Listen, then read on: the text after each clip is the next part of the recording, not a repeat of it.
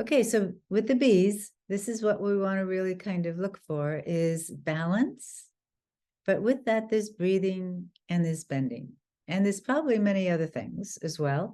But those are the three main things that we're going to be talking about in this section. So here we are sitting and we're breathing. We know we're breathing. We've looked at the skeleton. We've looked at the space between the fact that there can be space between each of the ribs. But now what I'd like you to do is simply start to use your hands, because there's more nerve endings in your hands, to just touch. So if you would, just touch take your whole palm of your hand very softly over the sternum and see if you can find with the thumb and the index finger your clavicle and its attachment to that sternum, where that clavicle is. And just place again, the palm of your hand over that sternum and just let it rest. If you need to use your other arm, if this shoulder hurts or of any kind, to just support it, please do. So now you just listen. Is there any movement up here? Up in this chest area? And now start to imagine a little balloon in the palm on the inside of your skeleton, behind the sternum. And there's a balloon that's blowing up as you inhale. And it deflates as you exhale. See if you can do that. It's imaginary, of course, but there might still be some sensation that you might start to begin to feel in the palm of your hand.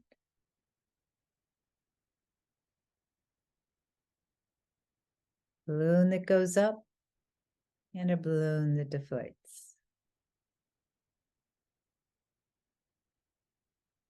Now, if you would, after you've done 2 or 3 times, move that hand over to the clavicle, and underneath the clavicle, there are a few ribs. And let's just put a balloon there and just start to feel the balloon expanding, pushing those ribs out a little bit, maybe. Can you start to visualize or feel space inside there? And then as the balloon deflates, is there any way you can sense that, sense what happens when the balloon deflates? So the balloon is inside the ribs and it's blowing up and pushing up against from the inside. Those ribs touching those intercostal muscles, perhaps, or the fascia inside that. And maybe going into your back as well and pushing your scapula away if you have a sense of where that scapula is. And then as the balloon deflates, what is the sensation you start to feel in that shoulder?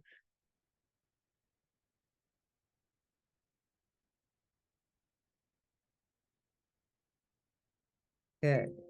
Pause with that and just rest and notice, does that shoulder area, the rib area, the key is that we want that shoulder area to start to feel the support, or it is the support for the shoulder girdle. This is called a shoulder girdle, the clavicle and the scapula. And it's what holds the arm up easily so that the muscles here don't have to hold the arm. See, if the ribs can expand, this shoulder girdle can just rest on those ribs. Just think of it. A big pillow versus a very small pillow. And how does this rest on a small pillow? But how does it rest on a big pillow? And keep thinking of that idea of breathing and those balloons. You can put the balloon anywhere you want if you can start to use that balloon as an effective tool to helping you open things up, calm things, etc. Okay, so before we enter the balance and the breathing and the bending, I'd like to review just a little bit of alignment, awareness, and attention, and why we started with that. So the first thing about alignment is the support we get from the skeleton. Can you sense that now? Can you sense that your sits bones, the fact that you've got a pelvis, the fact that you've got legs that are coming out of that pelvis, the fact that the feet are underneath the knees maybe, or somewhere where it's somewhat supported, the fact that you can feel the balance, that you could rock along your sits bones, either forward or back or side to side a little bit. And then you start to visualize from the pelvis, there's that spine. And then the spine comes to the ribs. And then on the ribs, you've got these shoulders that rest on the ribs, or they don't rest on the ribs, one of the two. And then you've got your head, spine goes on up through the head. And then you've got the mechanism of breathing. And we didn't talk a lot about this in the first few sessions, but I'd like to review this, and that's that diaphragm. The diaphragm is a big muscle that cuts across just below the ribs, and it moves down as you inhale. And as it moves down, the idea is that the core muscles, your belly muscles, have to let go a little bit. And not only when that lets go, we want the back muscles to let go, so that we have this huge, huge sense of a bubble here when we inhale. And then as we exhale, that diaphragm moves back up. So now again, we just inhale and we feel that diaphragm moving down. So that's a visual, but if you can get that visual and then you sense it into you feel very relaxed in your hip joints and your pelvic floor almost, there's this expansion that can happen. And then as you exhale, you keep moving.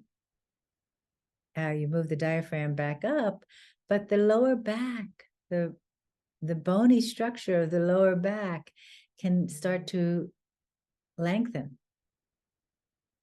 because it's now supported, especially when you inhale, it's supported by that bubble. And then when you exhale through the diaphragm, you've got a spine in that lower area that can now support this heavy rib area, shoulder blade, and head. So how can we find that? So now sitting on those sits bones with the hands on your thighs, just let those hands slide forward a little bit again and start to see if you can continue to feel that structure of your sits bones, your pelvis, and keep your legs easy. Because the more, and don't do so much, just keep that bubble of air going into your back and into your belly. And that idea of that pencil going up through the ceiling. Just a little bit. And then pause and just let yourself rest, pause. In a balanced place, so that now you're sort of balanced through your skeleton. Okay, so now as we get into this idea of balance, we're going to be starting to talk about that idea of counterbalance. How can we counterbalance ourselves? How can we find a way that if we slip on a banana peel, our reflexes come back and save